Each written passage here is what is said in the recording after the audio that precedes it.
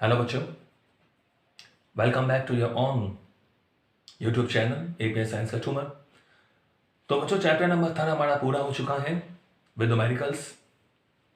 और जो क्वेश्चन मैंने आपको दिए थे एज ए होमवर्क वो आपने कर लिए होंगे। तो आज हम चैप्टर नंबर 4 स्टार्ट करेंगे। Chapter number 4। तो चैप्टर का नाम क्या है? समतल में गति। अभी तक हमने सरल रेखा में गति पढ़ी है, 1D मोशन पढ़ा है। तो आज से हम पढ़ेंगे समतल में गति। नया चैप्टर है, चैप्टर नंबर 4, समतल में गति। ठीक है। Motion in a plane, motion in a plane. जैसे हम 2D मोशन भी बोल सकते हैं, क्योंकि समतल का मतलब क्या होता है? एक्स वाई समतल, यानी दो दिशाओं में। तो 2 डायमेंशनल मोशन।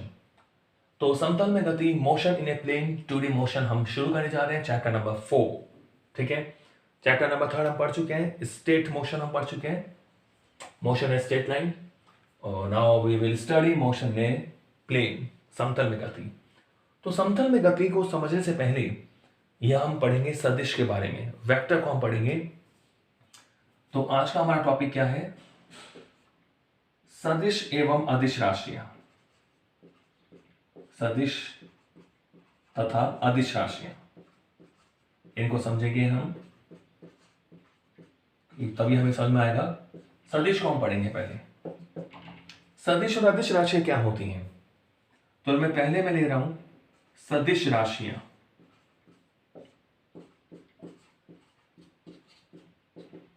सदिश राशियां यानी वेक्टर क्वांटिटीज।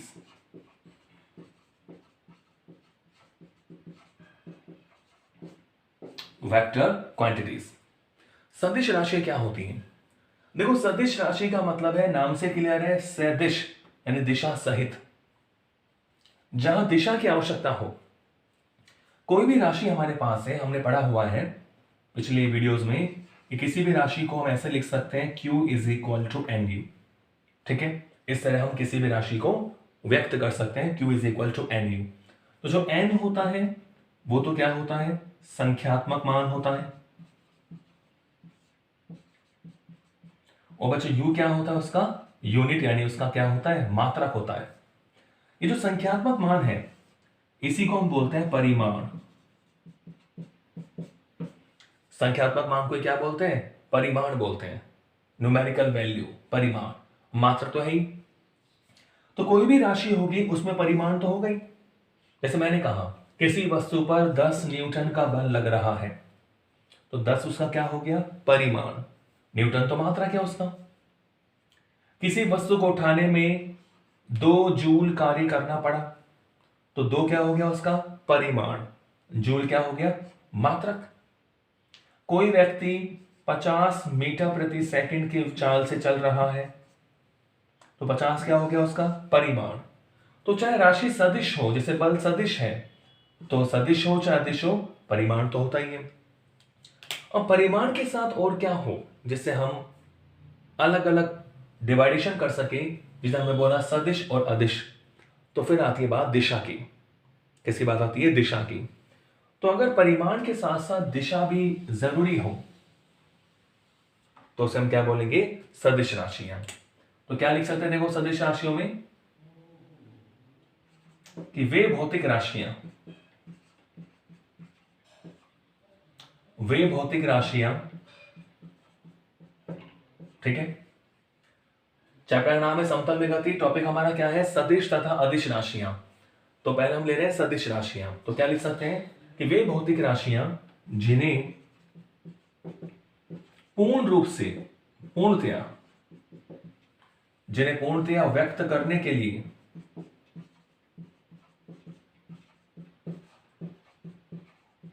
अब परिमाण तो सभी में होता है, तो सदिश हम क्यों बोले कि दिशा की भी जरूरत है। तो वे भौतिक राशियां जिन्हें पूर्णतया व्यक्त करने के लिए परिमाण के साथ साथ, परिमाण के साथ साथ दिशा की भी आवश्यकता हो,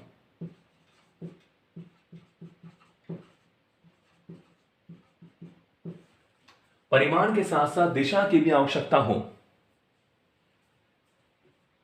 ठीक है, तो एक तो बात हो गई, परिमाण भी होना चाहिए और दिशा भी होनी चाहिए। एक बात और है, वो भी आप ध्यान रखें, आवश्यकता हो तथा सदिश योग के कुछ नियम होते हैं।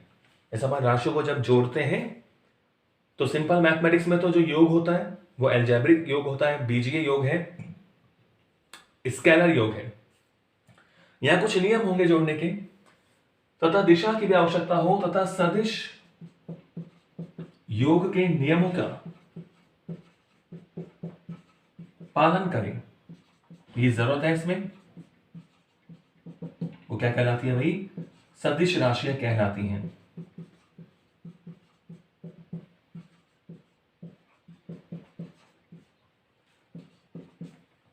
सदिश राशियां कहलाती हैं।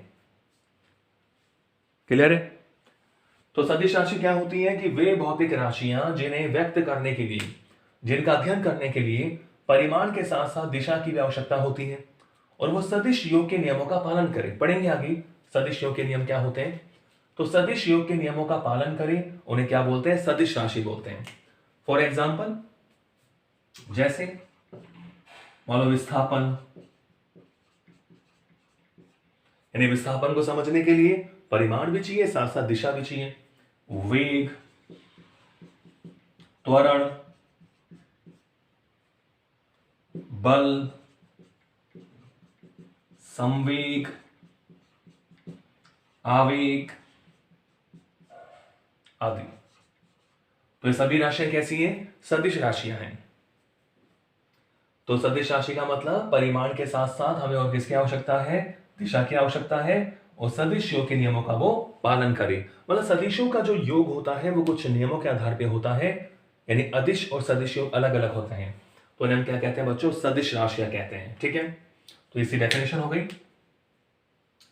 अब लेते हैं अदिश राशि को। तो सेकंड नंबर, अदिश राशियां।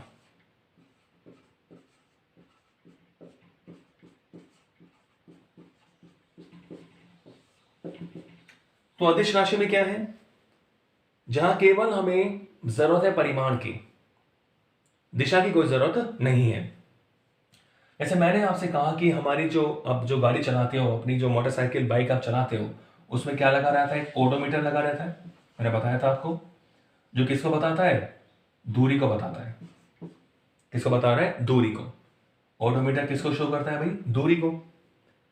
तो अब चाहे किसी भी दिशा में चलो, आप चाहे किसी भी रास्ते में चलो, किसी भी डायरेक्शन में जाओ आप, तो वो दूरी को बता देगा कि आप कितना चले, कितनी दूरी आप चले। अब इससे कोई मतलब नहीं है कि आप कहां चले, केवल आपने कितना रास्ता तय करा उसकी लंबाई वो आपको बता देगा। तो दूरी का मतलब क्या होता है? पथ की लंबाई। तो दूरी को पढ़ने के लिए, दूरी को समझने के लिए दिशा की जरूरत नहीं है। कोई सामान आपको उठाना है कि सामान को आपको रखना है, तो एनर्जी चाहिए। कोई भी कार्य आपको करना है तो केवल परिमाण की आवश्यकता है, दिशा की आवश्यकता नहीं है। अरे बात समझ में? तो ऐसी भी राशियां होती हैं जिनको समझने के लिए केवल किसकी आवश्यकता होती है? परिमाण की आवश्यकता होती है, यानी केवल संख्यात्मक मान की आवश्यकता होती है, दिशा की नहीं होती। उन्हें क्या बोलते हैं? अदिश राशियां बोलते हैं। तो हम क्या लिख सकते हैं? देखो कि वे भौतिक राशियां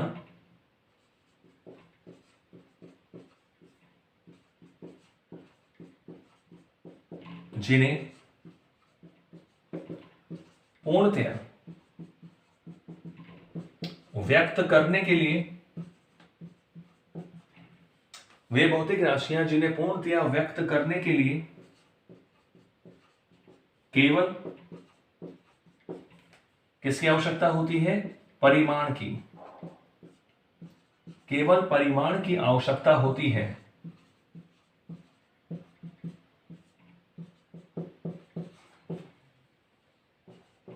दिशा की नहीं। केवल परिमाण की आवश्यकता होती है, दिशा की नहीं। तो क्या कहलाती है वो? अदिश राशियां कहलाती हैं। अदिश राशियां कहलाती हैं। तो केवल किसकी आवश्यकता होती है? परिमाण की, केवल संख्यात्मक मान की आवश्यकता है, दिशा की कोई आवश्यकता नहीं होती। उन्हें क्या बोलते हैं अपन? अदिश राशियां बोलते हैं। फॉर एग्जाम्पल, अभी हमने लिया कि दूरी को पढ़ने के लिए हमें केवल क्या चाहिए? परिमाण चाहिए, संख्यात्मक मान चाहिए कि कितना चला। अब कहां चला उससे कोई लेना देना नहीं है। टाइम बताओ भाई कितना है, घड़ी चाहे कहीं किसी भी दिशा में लगा दो, समय बताना है उसका काम, केवल तो समय का मान चाहिए हमें, समय। तो ये भी कैसी राशि है? अदिश राशि। चाल, कितनी चाल से आप चल रहे हो, चाहे कहीं भी चलो, रास्ता वैसा भी हो, तो ये भी कैसी राशि होगी? अदिश राशि। कार्य या ऊर्जा,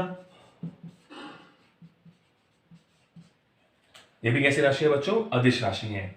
ठीक है, आदि और भी बहुत सारी है। तो अदिश राशियों का मतलब है कि हमें केवल और केवल किसकी आवश्यकता होती है? परिमाण की आवश्यकता होती है, दिशा की आवश्यकता नहीं होती। केवल संख्यात्मक मान से ही काम चल जाता है, तो उन्हें क्या बोलते हैं? अदिश राशियां बोलते हैं।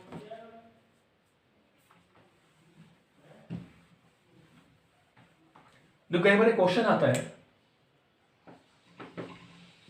कि धारा कौन सी राशि है? धारा यानी विद्युत धारा, ये हमें 10th क्लास में पढ़ा है कि धारा कौन सी राशि है? सदिश है, यह अदिश है, एक और मैं आपको समझाऊंगा, प्रदिश है, या नन ऑफ द अबव, इनमें से कोई नहीं। तो अब बात करोगे आप विद्युत धारा की। ये मान लो कोई विद्युत धारा, तो सपोज करो मैंने एक सर्किट बनाया छोटा सा, कि ये मैंने कोई प्रतिरोध तार ले लिया, एक सरल परिपथ हमने बनाया, और ये मान लो मैंने बैटरी लगा दी, प्लस और माइनस। तो यहां से करंट जा रहा है, आई करंट जा रहा है, आई धारा जा रही है इसमें, आर प्रतिरोध में। तो सपोज करो हमारे पास जो करंट है वो मान लो 5 एम्पियर का हमें करंट मिल रहा है बैटरी से। तो आप देख रहे हैं कि धारा परिमाण तो है 5, इसका परिमाण है, और दिशा भी है। इसकी दिशा क्या है? धारा की दिशा आपको पता है कि हमेशा बैटरी के पॉजिटिव से नेगेटिव की ओर, बैटरी के पॉजिटिव से नेगेटिव की ओर, बैटरी के धन सिरे से ऋण सिरे की ओर, इलेक्ट्रॉन के विपरीत दिशा में धारा रहती है। तो आप देख रहे हैं इसमें परिमाण भी है और दिशा भी है, लेकिन फिर भी धारा सदिश नहीं है। धारा कैसी राशि है? अदिश राशि है। तो इसका कारण क्या है? इसका कारण है कि जो तीसरा वाली प्रॉपर्टी हमने देखी थी कि सदिश के लिए परिमाण भी चाहिए, दिशा भी चाहिए, साथ साथ सदिश योग के नियमों का भी क्या होना चाहिए? पालन होना चाहिए। तो जो विद्युत धारा है वो सदिश योग के नियम, सदिश योग के नियमों की पालना नहीं करती है।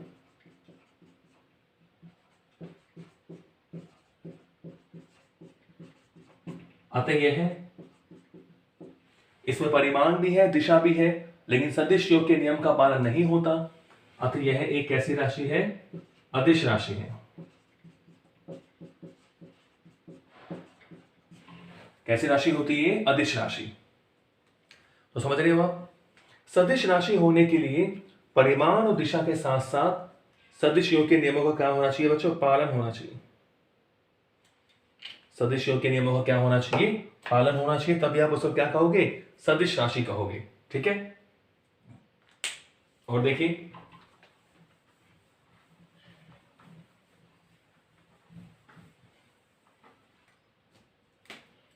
एक यहां हम एक राशि की और बात करेंगे, हालांकि इसको आप 11th या 12th स्टैंडर्ड पर स्टडी नहीं करेंगे, आगे हायर क्लासों में आप इसको पढ़ोगे। एक राशि होती है प्रदिश राशियां, प्रदिश राशियां, इसको बोलते हैं टेंसर। क्या बोलते हैं? टेंसर। तो प्रदिश राशियां क्या होती हैं? देखो, कुछ ऐसी राशि होती हैं जिनकी स्वयं की कोई दिशा नहीं होती। अभी आप समझोगे आगे और पढ़ेंगे जब हम, लेकिन उनका मान अलग अलग दिशाओं में अलग अलग होता है। तो ऐसी राशि कहलाती है प्रदिश राशि। तो क्या लिख सकते हैं कि वे भौतिक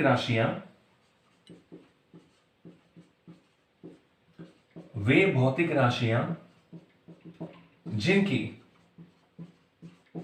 स्वयं की कोई दिशा नहीं होती,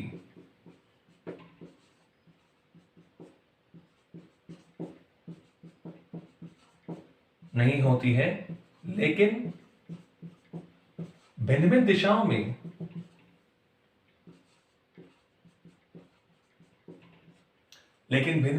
में इनका जो मान होता है, जैसे x में कुछ अलग मान है, y में कुछ अलग मान है, z में कुछ अलग मान है, लेकिन भिन्न भिन्न दिशाओं में इनका मान भिन्न भिन्न होता है, वो क्या कहलाती है? प्रदिश राशियां कहलाती हैं।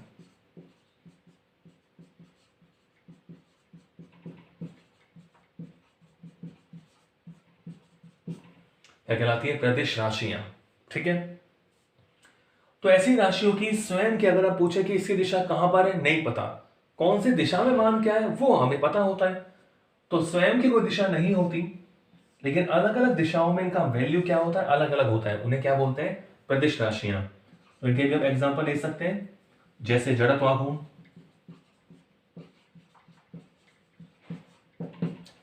जड़त्वाघूर्ण कैसी राशि है?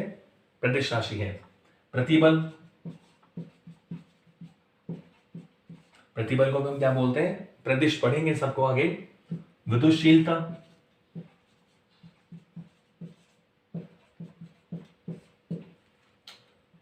चुंबकशीलता, ये सब पढ़ेंगे आगे। तो ये जो राशियां होती है इन्हें क्या बोलते हैं? प्रदिश राशियां।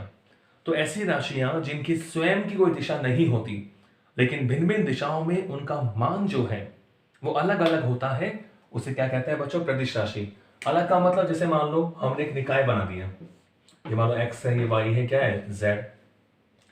अब मान लो x में कुछ अलग मान है, y में कुछ अलग मान है, z में कुछ अलग मान है, तो क्या होती है? प्रदिश राशियां होती है। क्लियर है? ठीक है, तो हमने कुछ डेफिनेशन पढ़ी और चलते हैं आगे।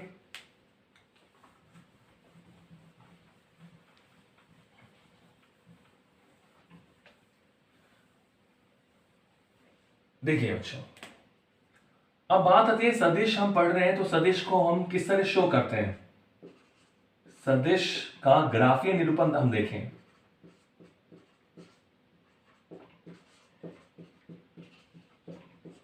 सदिश का ग्राफीय निरूपण यानी graphical representation of vector. Graphical representation of A vector. सदिश को हम शो कैसे करते हैं? सदिश को हम किसी प्लेन में किस तरह शो करें? तो सदिश को बेटा हम एक रेखाखंड के द्वारा शो करते हैं। ये सदिश है, ये क्या होता है? एक रेखाखंड, जिसमें क्या लगा होता है? एरो का निशान लगा होता है। तो ये जो रेखाखंड है, जो लाइन सेगमेंट है, रेखाखंड की जो लंबाई होगी वो तो सदिश के परिमाण को बताती है, और ये तीर का जो चिन्ह है, किसका चिन्ह? तीर का चिन्ह, ये एरो का जो निशान लग रहा है वो सदिश की क्या बताता है? दिशा बताता है। तो किसी भी सदिश को हम एक रेखाखंड के द्वारा शो कर देते हैं। रेखाखंड की लंबाई को क्या बताएगी? परिमाण बताएगी उसका, और तीर का चिन्ह क्या बताएगा? उसकी दिशा। तो देखो रेखाखंड में ये जो आपको लास्ट वाला पॉइंट दिख रहा है, इसे बोलते हैं टेल यानी पूंछ, और ये होता है हेड। ठीक है, तो किसी भी सदिश की जो दिशा होती है